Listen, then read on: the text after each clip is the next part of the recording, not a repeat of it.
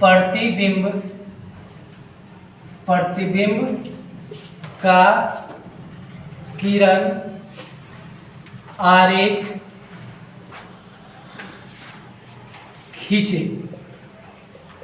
दर्पण में बने प्रतिबिंब का किरण आरेख के बारे में इसमें पढ़ने के लिए रहेगा। दर्पण में कैसे प्रतिबिंब बनता है, कौन कौन से किरण खींचेंगे तो आपको इमेज फॉर्मेशन होगा। तो इसमें जो है सबसे पहले हम किसमें जाएंगे, अवतल दर्पण में जाएंगे। अवतल दर्पण में जाएंगे। अवतल दर्पण में कैसे कितने किरण खींचते हैं तो उसमें आपको इमेज फॉर्मेशन होगा। अवतल दर्पण में बने प्रतिबिंब के लिए किरण आरेख इसमें अवतल दर्पण में बने प्रतिबिंब, अवतल दर्पण में जो प्रतिबिंब बनता है उसमें कितने किरण खींचेंगे तो प्रतिबिंब बनेगा। तो इसमें सबसे पहले अवतल दर्पण के जो होता है, अवतल दर्पण के क्या क्या होता है अवतल दर्पण में, इस सब के बारे में पता है। ध्रुव होता है, फोकस होता है, इस सब के बारे में पता है। तो इसमें ध्रुव पी होता है, ध्रुव पी होता है, वक्रता केंद्र सी होता है और मुख्य फोकस एफ होता है। दर्पण दिया हुआ है एम डैश, इसमें क्या हो गया, ध्रुव पी, मुख्य फोकस एफ, वक्रता केंद्र सी, पीसी क्या हो गया, प्रधान अक्ष हो गया, पीसी प्रधान अक्ष हो गया। तो इसमें सबसे पहला किरण जो है, इसमें सबसे पहला किरण भेजेंगे मुख्य अक्ष के समानांतर। मुख्य अक्ष इसमें क्या हो गया, पीसी मुख्य अक्ष। पी क्या है, ध्रुव है, मुख्य फोकस एक है, वक्रता केंद्र सी है, पीसी प्रधान अक्ष है। पीसी प्रधान अक्ष है तो इसी के समानांतर जब किरण भेजते हैं तो परावर्तन के बाद कहां से होकर जाएगी इसके बारे में लिखेंगे। तो यहाँ पे लिखेंगे प्रधान अक्ष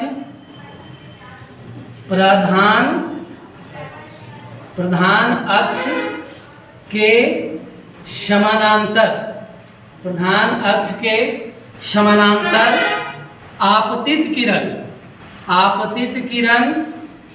प्रधान अक्ष के समानांतर आपतित किरण अवतल दर्पण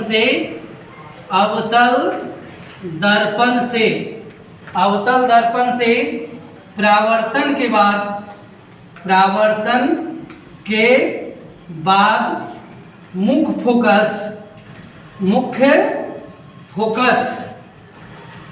फोकस एफ से होकर जाती है, मुख्य फोकस एफ से होकर जाती है। इसमें खींचेंगे, क्या खींचेंगे, प्रधान अक्ष के समानांतर एक किरण खींचेंगे जिसका नाम होगा एम। प्रधान अक्ष के समानांतर के किरण खींचे जो क्या है, एम आपतित किरण है। दर्पण से एम बिंदु पर टकराने के बाद कहां से होकर जा रही है, मुख्य फोकस एफ से होकर जा रही है। तो ये आपको पहला किरण हो गया जो प्रधान अक्ष एम से होकर जाएगा।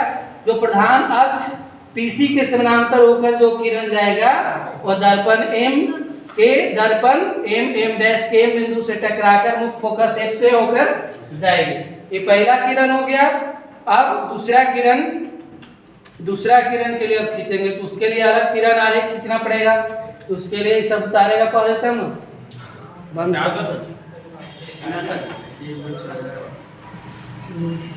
से होकर जाएगी। इसमें पहले फिगर दे देते हैं।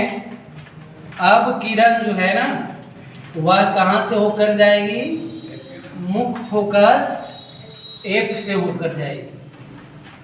तो यहाँ वक्रता केंद्र सी हो गया, ए ध्रुव पी हो गया, मुख्य फोकस एफ हो गया।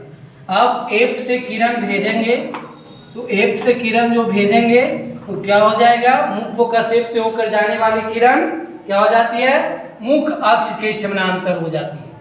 उसका ठीक विपरीत है कि नहीं। मुख्य फोकस F से होकर जाने वाली किरण M बिंदु पर टकराने के बाद जो है कहां से होकर जा रही है, मुख्य अक्ष PC के समानांतर हो जाती है।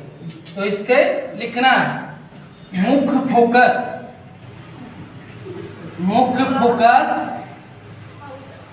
F से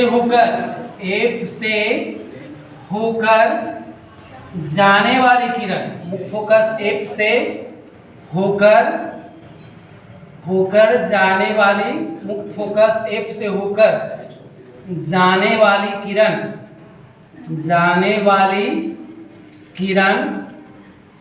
मुख्य फोकस F से होकर जाने वाली किरण दर्पण से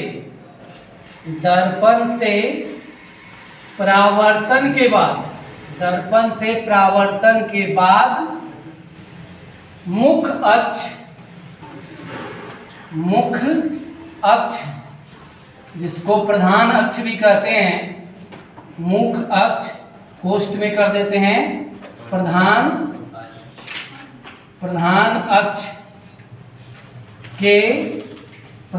अक्ष नाम दे देते हैं PC के समानांतर हो जाती है, PC के समानांतर हो जाती है।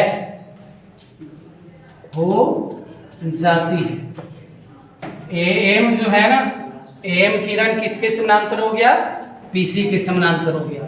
अब तीसरा है वक्रता केंद्र से होकर जाने वाली किरण।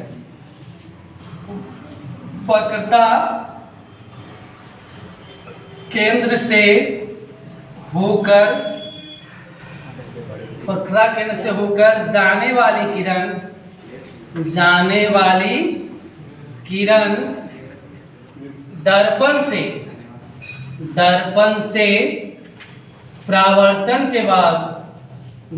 से परावर्तन के बाद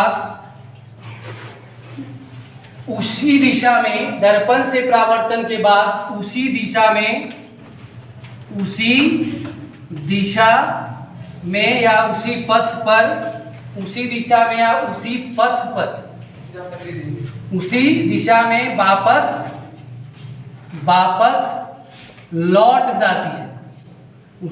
में वापस लौट जाती है।